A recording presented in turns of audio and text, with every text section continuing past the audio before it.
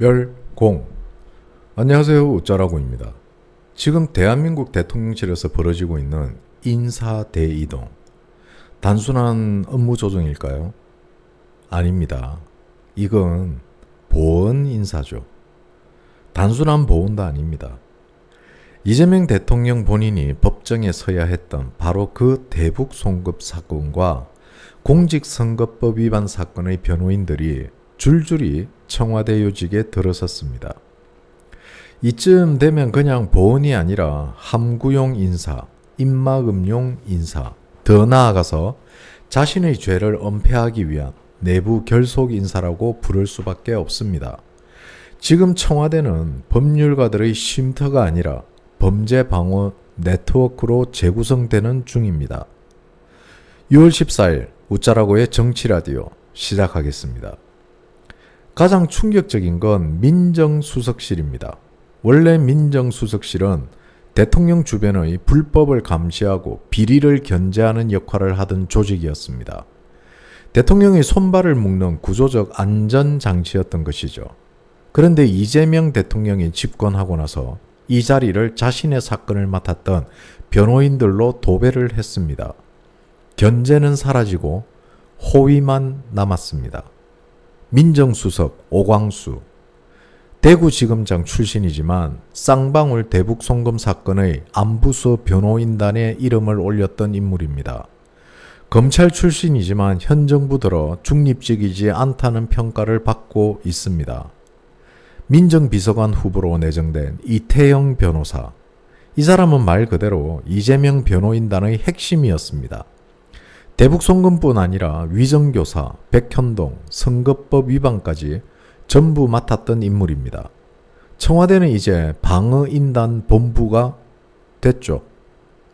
여기서 중요한 질문, 왜 하필 대북 송금 관련 변호사들일까요? 이재명 대통령에게 가장 위험한 사건은 사실 백현동도 아니고 성남FC도 아닙니다. 바로 쌍방울을 통한 불법 대북 송금입니다. 왜냐하면 이건 단순한 뇌물 문제가 아니죠. 대북 제재를 어긴 국가 범죄이기 때문입니다. 미국의 세컨더리 보이콧까지 이어질 수 있는 사안이고, 아니 이미 세컨더리 보이콧을 막고 있는지도 모릅니다. 최악의 경우 국가 지도자 개인이 제재 대상이 될 수도 있는 무서운 사건입니다. 미국의 조용한 침묵은 이미 주시 중이라는 뜻일지도 모릅니다. 그런데 이 사건의 변호사들을 한 명, 두 명이 아니라 줄줄이 청와대로 끌어올렸다. 그건 그냥 충성의 보상 아닙니까? 입 다물고 있어라. 이런 메시지 아닐까요? 정권 내 최고 기밀을 공유한 자들끼리만의 카르텔이 형성되고 있는 겁니다. 민정라인 전면 개편 인사들 한번 보시죠. 이태영 민정비서관 후보, 이재명 재판 중에 사임하고 대통령실로 입성합니다. 단순한 인사교체가 아니라 재판을 피하고 청와대 권력 핵심부로 직행했습니다. 전치영 공직기강 비서관 내정, 쌍방울 계열사 사회 이사로 있었고 공직선거법을 변호했고 민간기업과 법조계를 넘나든 인물로 기업, 청와대, 법원의 통로 역할 가능성까지 거론됩니다. 이장형 법무비서관 내정, 쌍방울 대북송금 변호인으로 법관 기피 신청을 주도했고 당시 판사 기피 신청을 이끌며 재판 전략의 핵심 축이었습니다. 조상호 사법비서관 후보, 대장동을 변호했고 이태영과 함께 활동했으며 대장동부터 대북송금까지 주요 의혹에서 이재명을 보호했던 쉴드 라인입니다. 전부 공통점이 있습니다. 바로 이재명 사법 리스크를 직접 방어한 법무 라인들이라는 거죠. 이런 조합은 우연이 아닙니다. 정권 유지용 전략 진용입니다. 쌍방울이 북측에 800만 달러를 전달했다는 의혹은 단순한 기업 로비가 아닙니다. 이는 국제 제재를 무시한 정권 차원의 외교 안보적 사건이죠. 남북 교류협력법 위반, 정부 승인 없이 대북 접촉, 외국환 거래법 위반, 무허가 외화 반출, 유엔 제재 결의 위반, 국제사회의 규범을 위반한 것입니다. 마지막으로 미국 법률상 세컨더리 제재 대상, 미 금융망 사용 제한 가능성이 있습니다. 이건 한마디로 국제 범죄라는 겁니다. 검찰 수사도 미적지근, 언론은 침묵하고, 그런데 대통령실은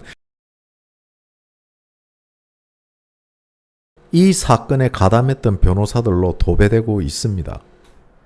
사법적 관리가 아니라 정권 보존의 수단으로 전환된 것이죠. 한때 청와대 민정라인은 부정부패를 감시하고 스스로 권력을 견제하던 역할이었습니다. 견제의 상징이자 헌법적 안전장치였죠. 하지만 지금의 대통령실은 어떻습니까?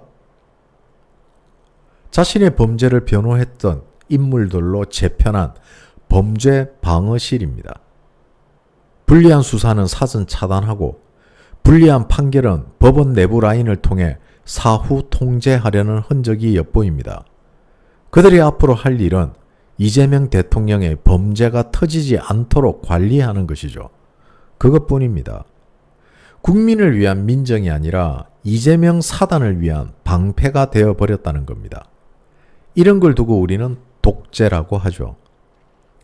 윤석열 정부 초기 대통령실에서 민정수석실을 없애고 민정기능을 폐지했던 이유는 권력의 사법적 오남용을 차단하겠다는 것이었습니다.